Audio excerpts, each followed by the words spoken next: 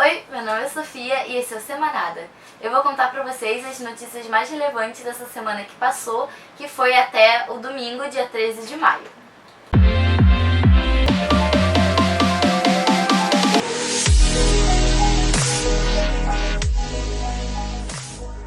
A notícia mais importante dessa semana foi, com certeza, o documento que foi descoberto pelo pesquisador da FGV, que o ex-presidente Geisel teria mandado executar pessoas consideradas subversivas na época da ditadura militar.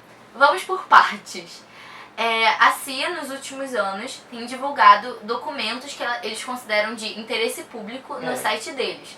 E esses documentos são milhares de documentos que variam desde atividades extraterrestres até, por exemplo, documentos da ditadura militar brasileira. O pesquisador brasileiro da FGV, Mathias Spector, descobriu o documento que indica que o ex-presidente Geisel teria mandado assassinar pessoas subversivas. Para quem não sabe, pessoas subversivas eram as pessoas que eram consideradas na época contrárias à ideologia militar. Não necessariamente significa que a pessoa tenha feito alguma coisa, algum tipo de protesto, ou tenha agido de acordo com isso.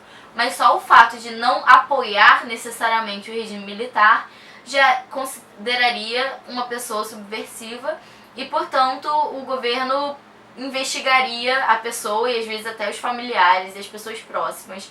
Um memorando de 11 de abril de 1974 do então diretor da CIA para o secretário de Estado norte-americano Henry Kissinger informava que o então presidente brasileiro, o novo presidente brasileiro, que era o Geisel, iria continuar a executar pessoas subversivas.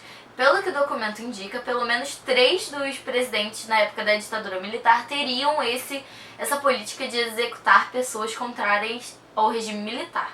Então, o que acontece? Quando o Geisel se tornou presidente, ele foi informado pelas pessoas do gabinete e tal que o presidente anterior, que era o Emílio Médici, teria mandado executar 104 pessoas consideradas por ele subversivas. E aí ele pediu para pensar, acho que pediu o fim de semana para pensar e acabou decidindo que sim, ele ia continuar com essa política de execução de pessoas contrárias ao regime, mas que para isso ele ia precisar da aprovação do general do exército da época, que era o Figueiredo. Ao que o documento indica, foi feita tanto pelo Médici quanto pelo Geisel e que parece que pelo Figueiredo também, já que ele era general da época do Geisel e ele tinha que aprovar todas as execuções que o presidente mandava, mas ele se tornou o sucessor deste, ou seja, ele se tornou presidente depois. Então, supõe-se, não tem provas dele, mas ao que tudo indica, ele também continua essa política. Depois de 13 dias procurando corpos ou pessoas que ainda podiam estar vivas no desabamento do prédio que teve na madrugada do 1º de maio, ali no centro de São Paulo, no Largo do Paissandu, os bombeiros decidiram encerrar as buscas.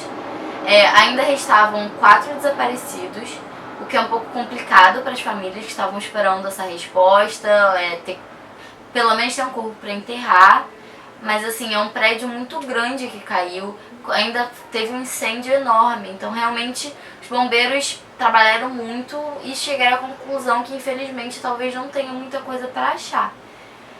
Foi realmente uma tragédia, mas eles decidiram acabar as buscas e tiveram uma homenagem a todos que trabalharam sem parar nesses últimos 13 dias e agradecer pelo trabalho deles. Ainda nesse assunto, um prédio que pertenceu ao IBGE no Rio de Janeiro foi implodido nesse último domingo.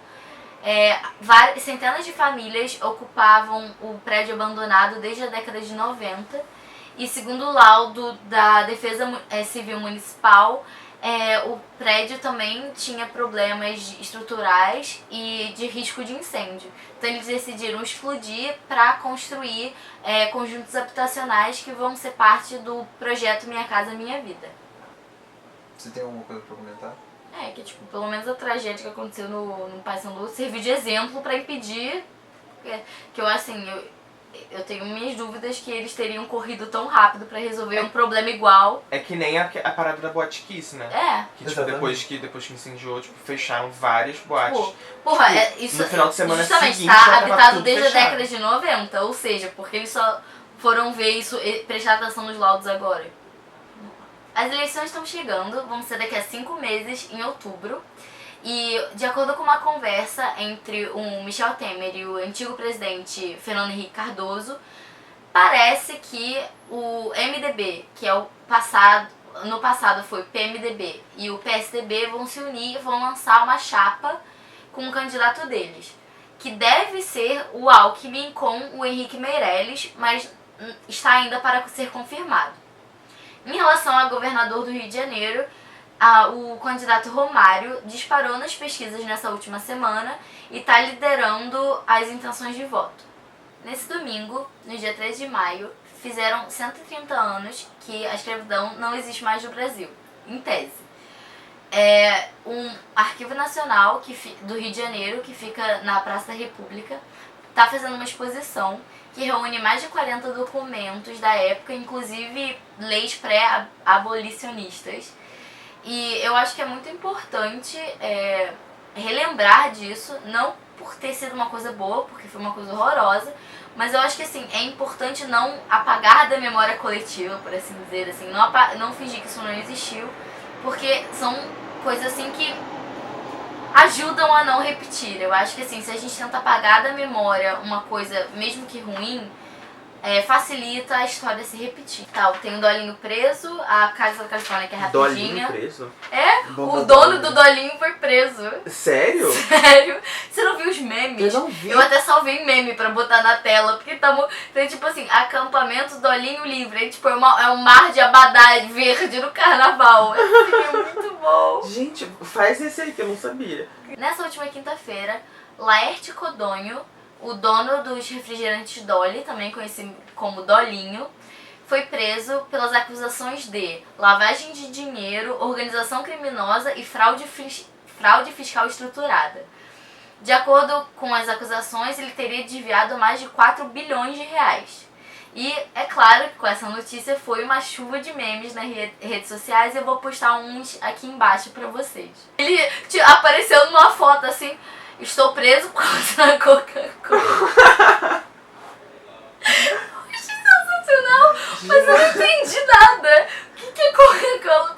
Tudo bem que assim, é concorrente, mas assim, como assim? Até porque, cara, Dolinho, Coca-Cola. Tipo, não sobe um pouco aí a Coca-Cola, tipo, né? a Coca-Cola deve estar muito preocupada com Dolinho. Gente. Que se não fosse Dolinho, ela tava assim, muito cara, melhor. Nossa, estaria, né? Cara, sério, eu achei muito engraçado, de verdade. Tô chocado até agora, que ele tinha 4 bilhões de comerciais, eram horríveis. Agora uma notícia boa pra encerrar esse vídeo.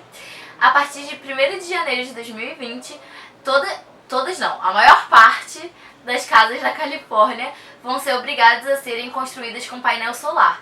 Isso, o que tudo indica, é uma coisa muito positiva que vai impulsionar a indústria ecológica dos Estados Unidos e que, se der certo na Califórnia, pode ser uma regra para os outros estados. Então é isso, dá like no canal, se inscreve aqui embaixo e até semana que vem.